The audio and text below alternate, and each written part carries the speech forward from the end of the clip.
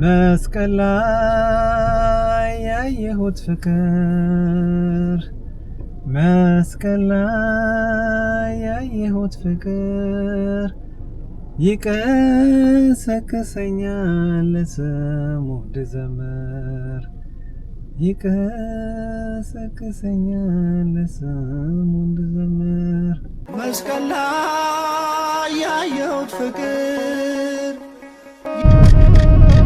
ተገርፈ ተሰቅለ ደምክን አንጠብጥበ የአምላክ ባህሪህን ክብርህን ዝቅ አድርገ ኃይል እንደሌለው እንደ ምስኪን ሰው እንደ ደካማው ሶምሶን ጸጉሩ እንደተላጨው በትህትና ሙላት ሁሉን አሳለፍከው። ላንተ ሕያው አምላክ ምን እከፍልሃለሁ? ነፍሴ ሐሴት ሞላች ባንተ ሰው ሆኛለሁ።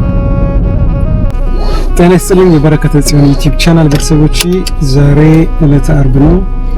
ጌታችን መድኃኒታችን ኢየሱስ ክርስቶስ የተሰቀለበትን ቀን የምናስታውስበት ታይም ነው።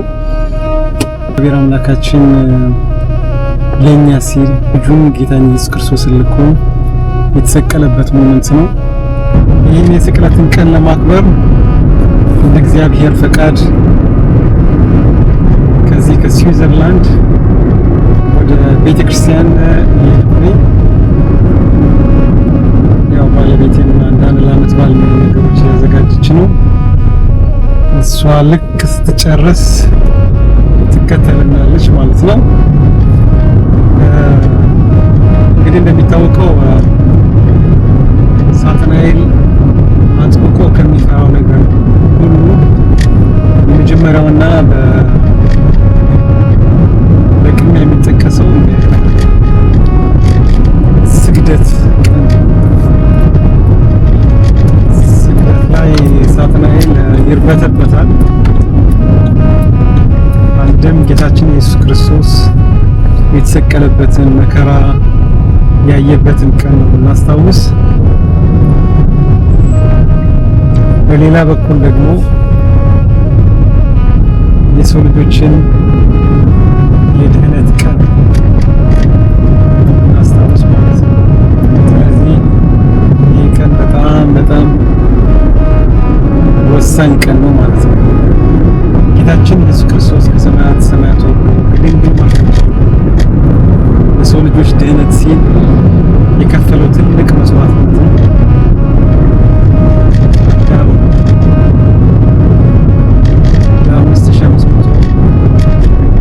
ዘመናት ያህል ማለት ነው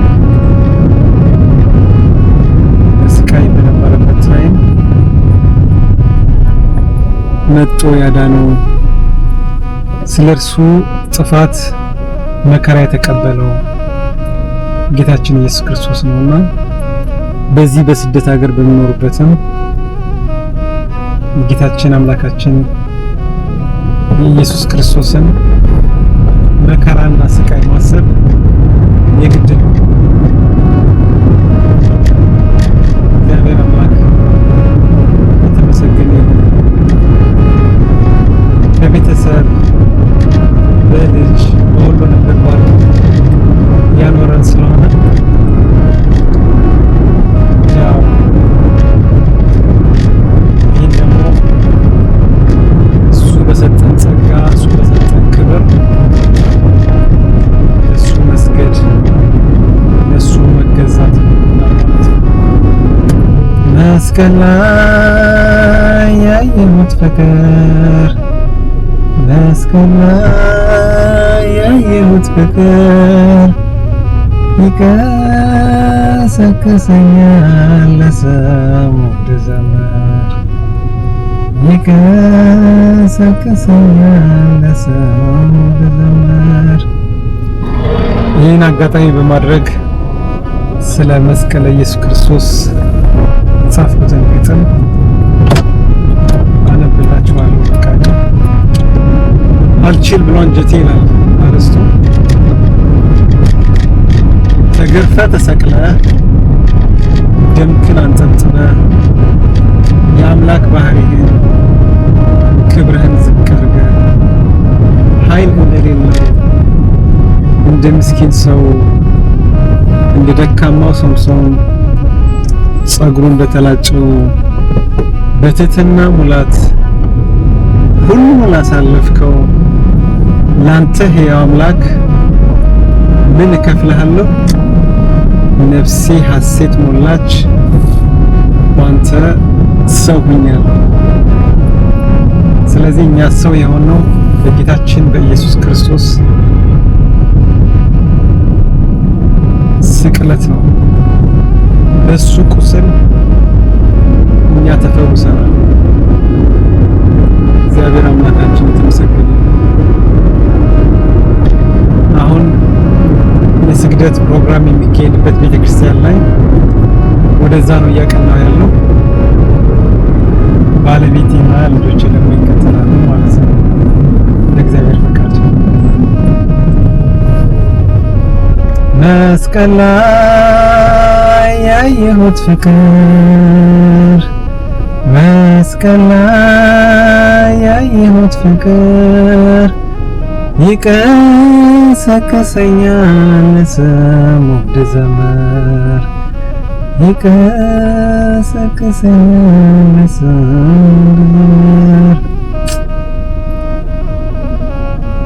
ጌታችን ኢየሱስ ክርስቶስ የሮም ወታደሮች አይነት እምነት እና ሃይማኖት የሌላቸው ሰዎች መብላት፣ መጠጣት፣ ስፖርት መስራት ብቻ የሆኑ ሰዎች ናቸው። እንግዲህ ወታደሮች ናቸው። እንግዲህ ኢየሱስ ክርስቶስን በዚህ ዕለት ሲያሰቃዩት፣ ሲገርፉት የነበረ ማለት ነው።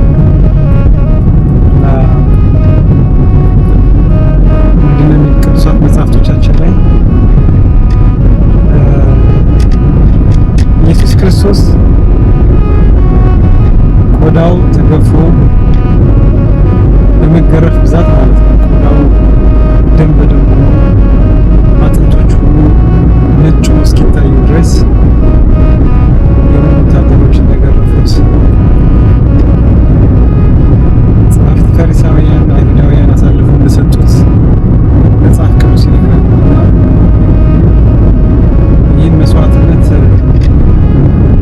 በአንድ ቀን ስግደት ብቻ ማስታወስ አይገባም። ሁሌ የሱን ስቃይ፣ ሁሌ የሱን መገረፍ ማስታወስ ይኖርብናል።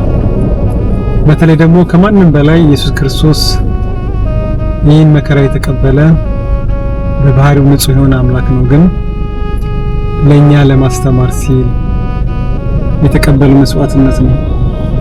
ስለዚህ እኛ በስግደት ጠላቶቻችንን በስግደት ሳጥናኤልን ድል መንሳት እንችላለን። ከማንም በላይ ሳጥናኤል በጸሎት በምንጸልይበት ጊዜ ምናልባት ከኛ ጋር ሆኖ ሊጸልይ ይችላል። የእግዚአብሔር ስምም ሊጠራ ይችላል። ግን በምንሰግድበት ጊዜ ግን ይብረከረካል። ምክንያቱም እኔ አምላክ ነኝ ብሎ ስለካደ ለእግዚአብሔር የሚገዛ ጉልበትን ሳጥናኤል በምንም ተአምር ሊቋቋመው አይችልም። ስለዚህ ስግደት ለሰው ልጆች በጣም ወሳኝ የሆነ አጋንንትን የምናረቅበት፣ የትዳራችንን ሰላም የምንጠብቅበት፣ ፈተናዎች እንኳ ቢበዙ የማንበረከክበት ትልቁ መዋጊያችን ነው። ስለዚህ እግዚአብሔር ይመስገን በዚህ ውጭ ሀገር በምንኖርበት በስደት ህይወት በማንኛውም ቦታ ሆነን እግዚአብሔር አምላካችንን ማስታወስ፣ ጠዋትና ማታ ስሙን እየጠራን መስገድ፣ ቅዱስ እግዚአብሔር፣ ቅዱስ ኃያል፣ ቅዱስ ሕያው፣ ቅዱስ ዘይመውት እያልን ኢየሱስን ለመጥራት ማገልገል ይጠበቅብናል ማለት ነው። እንግዲህ ወደ ቤተ ክርስቲያናችን እየተቃረቡ ነው። አሳያችኋለሁ። ምናልባት ውስጥ ላይ ለሰዎች ሴኪዩሪቲ ሲባል ቪዲዮ ላናነሳ እችላለሁ፣ ግን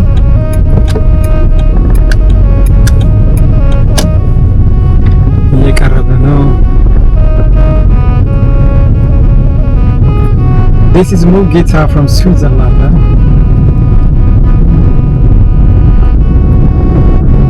I'm painting the town green. I'm not painting the town red, but with my beautiful car, with my nice car. Here is the church. I'm gonna show you the church. ቤተክርስቲያን እንግዲህ እየቀረበ ነው። ቀስ ብለን እንገባበት።